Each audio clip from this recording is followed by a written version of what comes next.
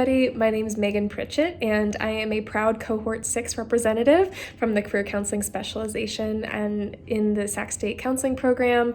After graduating in 2019, I moved to Denver, Colorado, and I work as a graduate career advisor at the University of Denver.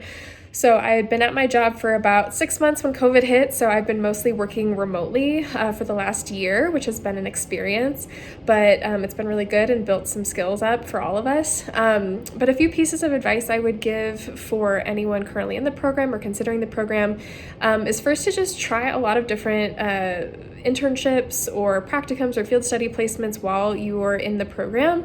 Just try as many things as possible, so that way not only will you have a more robust resume when you graduate, but it gives you the chance to try out different settings and different sites and see what you like personally as a counselor. The other piece of advice I would give is to really get involved with conferences and associations, especially in the local level. I was involved in the California Career Development Association and the National Career Development Association as a student and still currently. And it was just a really great opportunity to go to conferences, to meet people, and especially virtually now, there's so many opportunities to connect with folks that you normally wouldn't have been physically able to see. So really, I would recommend joining. There's really great student rates to join with those conferences and associations, and there's lots of people willing there to connect with you and help you in your career. The third thing I'd recommend is remember that your classmates are your colleagues as well as your classmates. I know my cohort, we're still somewhat active on our group chat, and when people hear of job openings at their schools or at their settings, we'll share them with each other. And so we're still a really collaborative group and a cohort outside of the program and have continued that. So just remember that it's not just like, oh, hey, we're in class together, but really build those relationships with your peers in the program, because they can be really advantageous to you in building the network for your next step after graduation. And lastly, my personal piece of advice as a career counselor to all of you is to actually negotiate your salaries or some other aspect of your positions with your practicum and with your field study sites. A lot of times we think that there's nothing that we can negotiate, but I was able to successfully negotiate a little bit increase in pay for my field study site. And I think it's a good piece of learning for self-advocacy to start practicing that while in the program. So it's my last piece of advice. If anyone wants to reach out to me on LinkedIn, again, my name's Megan Pritchett. I'm happy to connect and chat with you. But yeah, I hope everyone's doing well and wish you luck in the program. Hello and good day, everyone. My name is Rafa Morales Ordaz, and I am a proud alumnus of the Sacramento State Counselor Education Program, Cohort 7 Career Emphasis. I currently work in the College of Education at Sacramento State as a graduation and retention coordinator, where I academically advise students, as well as providing support and guidance in helping them realize their strengths and skills as they pertain to their career interests in the field of education. A couple of tips that I have for current and prospective students in the counselor education program are the following. Number one is to have a mentor. Whether it is a colleague, a college professor, or a close friend in the field, a mentor can help you to provide you with support and valuable information to help you excel in your graduate program and possibly even throughout your first year on the job.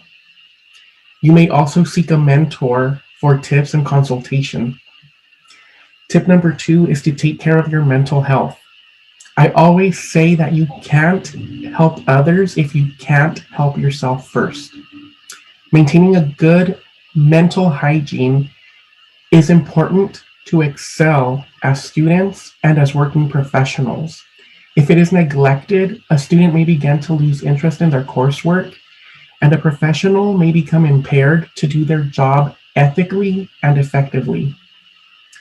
And the last tip, tip number 3, is to build strong relationships with your professors, your classmates, professionals in the field, and colleagues in your current work or internship sites. It's a small world, and you just never know what they know or who they know. They can be key in helping you get a job after graduation, but most importantly, they can help to provide you with support throughout your journey.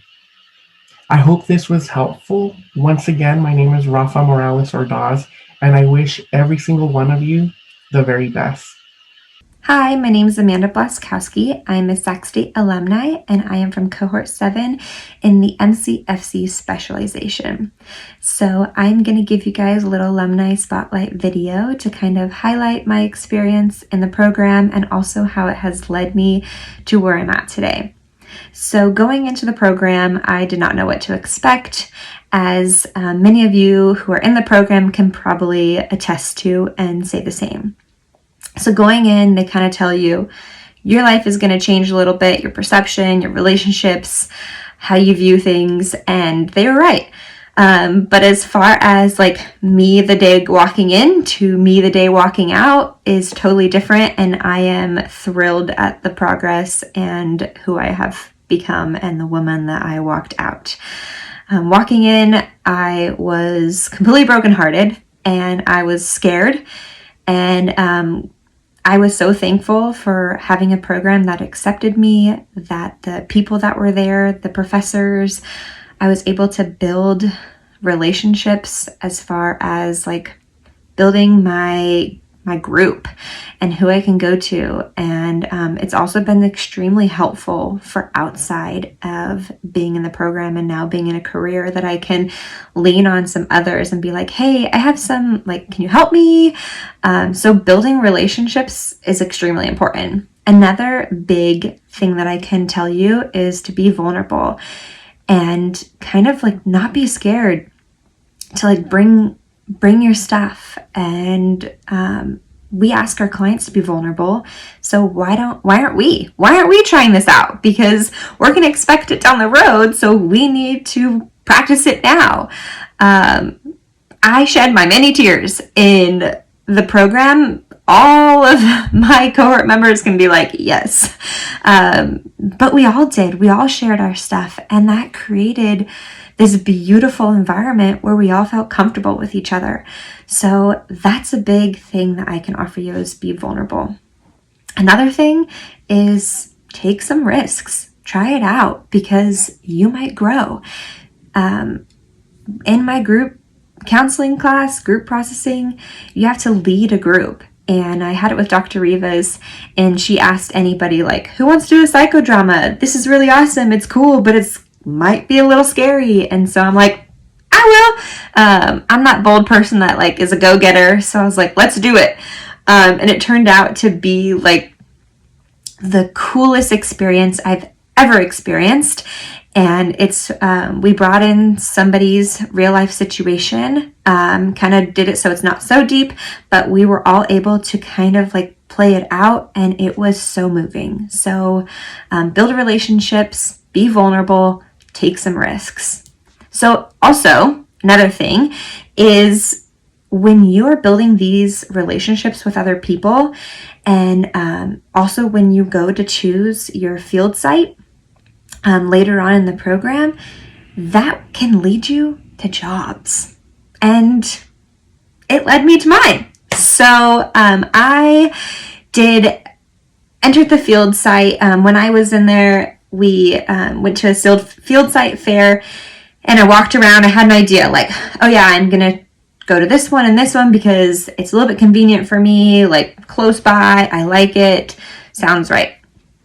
So I walk in, go to talk to everyone, and I walked up to a booth, and that booth was Lodi Unified School District. And that's like an hour drive for me, but I was so moved by the supervisor, Michela.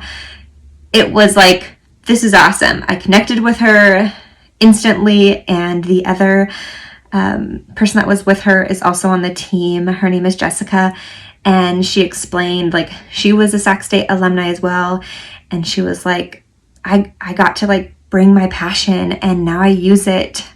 She likes doing like running and track and field, and she runs group at her site doing that exactly, and therapy. And she was like, if you have anything that you want to do, we're always on your side. Like, we want to push you. We want to find what you're excited about and passionate about and use that.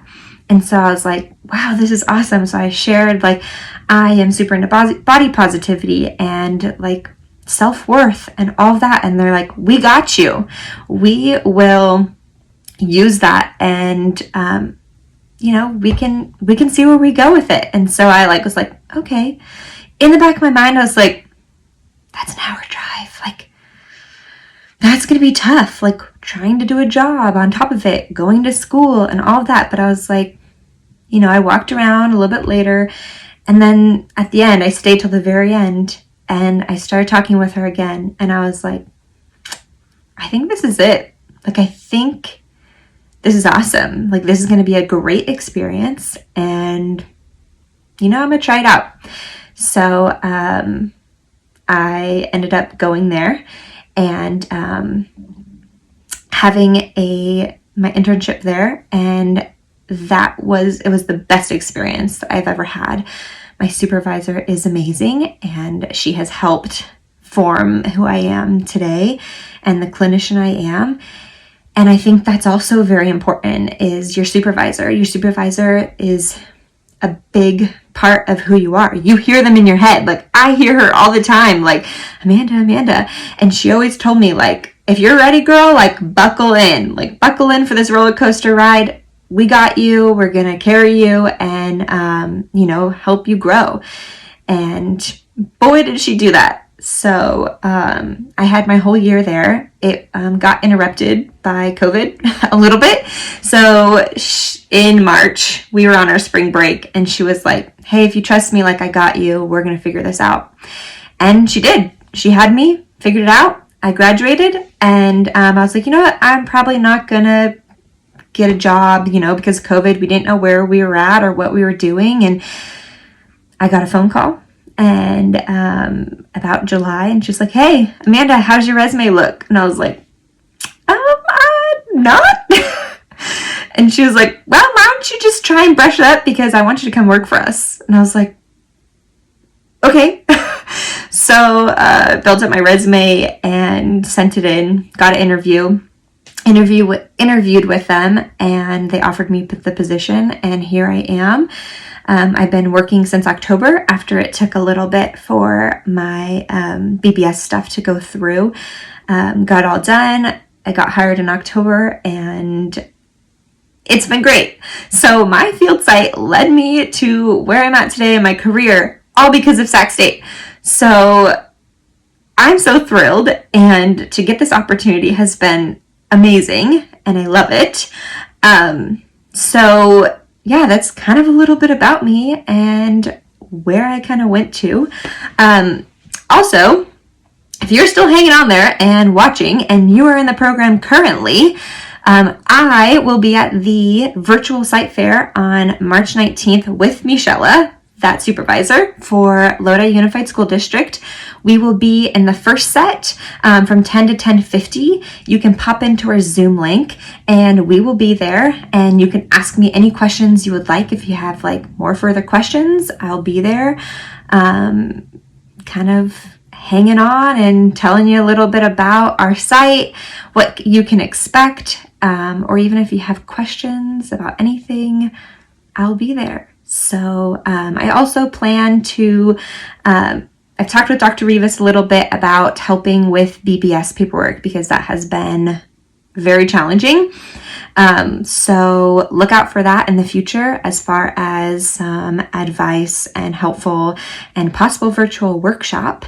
So I can also help you with that. So feel free. I hope to see you at the site fair. We can tell you a little bit about the site at Lodi. It might be far, but let me tell you, that hour drive was very helpful as far as to get ready and decompress for my day.